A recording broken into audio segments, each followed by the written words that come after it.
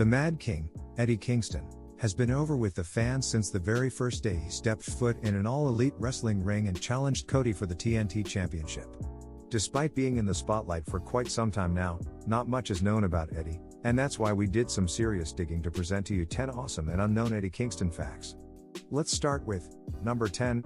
In general, let's see some quick stats and then back to the juicy stuff. Edward Moore, Eddie's real name, is 6 feet 1 inch and weighs 244 pounds or 185 centimeters and 111 kilos for my European brothers. There are always discrepancies when it comes to a wrestler's height and weight, as some sites bill him as 5 feet 11 inches or 180 centimeters. Anyway, he's around 6 feet tall. He was born in Yonkers, New York. He is 39 years old and he made his debut on 2002. That's almost a 2-decade veteran we're talking here. He is of Irish and Puerto Rican descent. Now let's jump into number 9. Has he ever competed in WWE? If you're following some wrestling pages on social media, chances are you've seen this picture of Eddie Kingston wearing a WWE t-shirt. So, was he signed? Did he ever compete in NXT? Well, he had a tryout in 2016, but as far as we know he never officially competed for WWE. But you never know, he might have been some local competitor who got squashed and it just went under the radar. However, chances are that he never competed in a WWE ring, or it would have resurfaced by now. Number 8. His run in TNA. Eddie worked for Impact Wrestling in 2016 and 2017. His short run there included being in DCC, a heel stable with Bram and James Storm, and a feud with Broken Hardys for the TNA Tag Team titles where the Hardys retained. After the stable was disbanded, Eddie competed in a 20-man gauntlet for the gold match for the vacated Impact World Championship. Shortly after failing to capture the gold, Kingston announced his exit from the company. He later returned to Impact on May 2018 and he teamed up with LAX, including current fellow All Elite wrestlers, Santana and Ortiz, in a very interesting power struggle storyline, including Konnan. I don't want to spoil it for those who haven't watched the feud, but trust me, it was a good one. Just watch a promo battle between Eddie and Konnan and you'll be persuaded. Number 7. Real-life heat with Cesaro.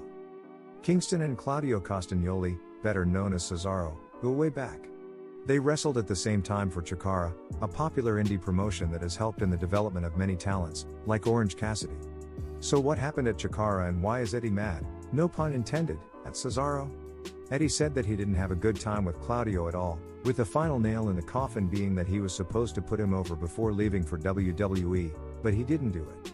Eddie called him many fancy French words, like the B word, and repeatedly told him to F-word himself in a recent interview. He added, "Don't ever come to All Elite." Sounds like he really didn't have a good time with Cesaro at all. Number 6. His trainer was an NXT wrestler. You need a good trainer in order to become a good professional wrestler, and luckily for Eddie, he was trained by the best. You could say that he's a true hero. That's right, Chris Hero, or, if this doesn't ring any bells, Kassius Ohno, was Eddie's trainer and has heavily influenced his style.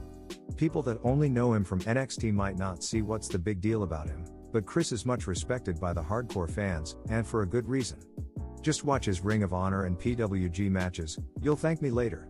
Oh, and by the way, Chris Hero had a feud with Eddie in Ring of Honor too. Number 5.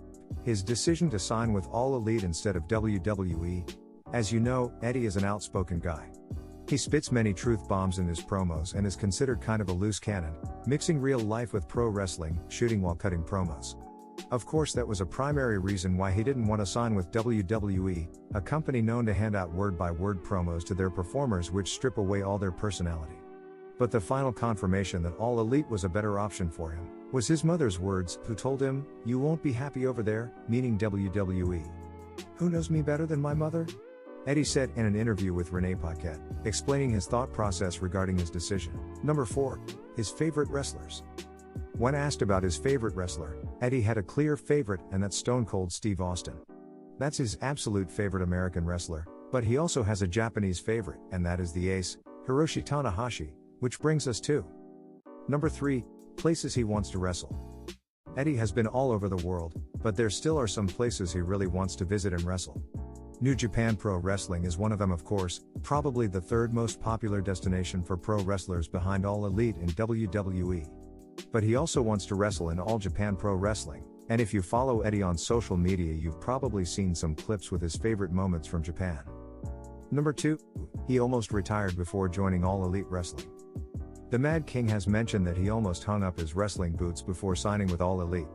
His intentions were to maybe wrestle for a couple more years, so that his nephew can see him wrestle and that's it. He also added, "Really, who cares? No one's gonna feel sorry for me. This is entertainment. Entertainment is a machine. This is wrestling. You're a gear in the machine work. I understand the system, that's why I don't want any sympathy. I'm a gear that got used up. You pull this gear off, you put it in a pile of old gears, you put a new one in the machine keeps rolling." Eddie is a brutally honest guy who knows what's up. Before we dive into number 1, make sure you watch until the very end for some rare Eddie Kingston promos. Trust me, you'll love them. Number 1, that infamous post-show anti-WWE promo. You all know which promo I'm talking about. The one that Eddie said, "You won't see people like me on the other channel, you won't see legends getting respected on the other channel." Some fans criticized him for this promo and Eddie gave a very straightforward response, as he always does. He said, "Of course I'm going to Raw All Elite. That's my squad. It's like the NFL, you want your team to win."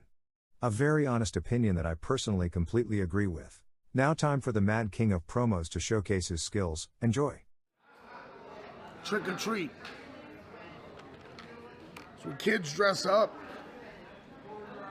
Favorite superheroes, vampires, monsters, whatever else they got, right? And they go out with this basket and they go trick or treat.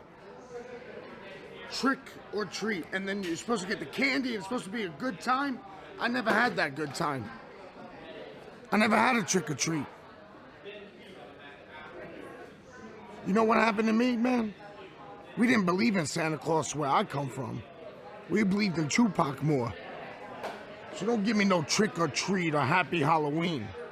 It's October 31st, man. That's all it is. Is that all right? 18 years. 18 years and I get upstaged by Sour Patch Kids. I come into the locker room, I expect, the green horns and some of the females to get their asses up and shake my hand hello. But no, I get distracted by this. And then you wonder why the competition's laughing at us. We're winning the ratings now. What happens if we keep even this and disrespect the veterans like myself, like Arn, like Tully, even the great Chris Jericho? We won't be on top for long. No more games to be played. That's a shot at somebody.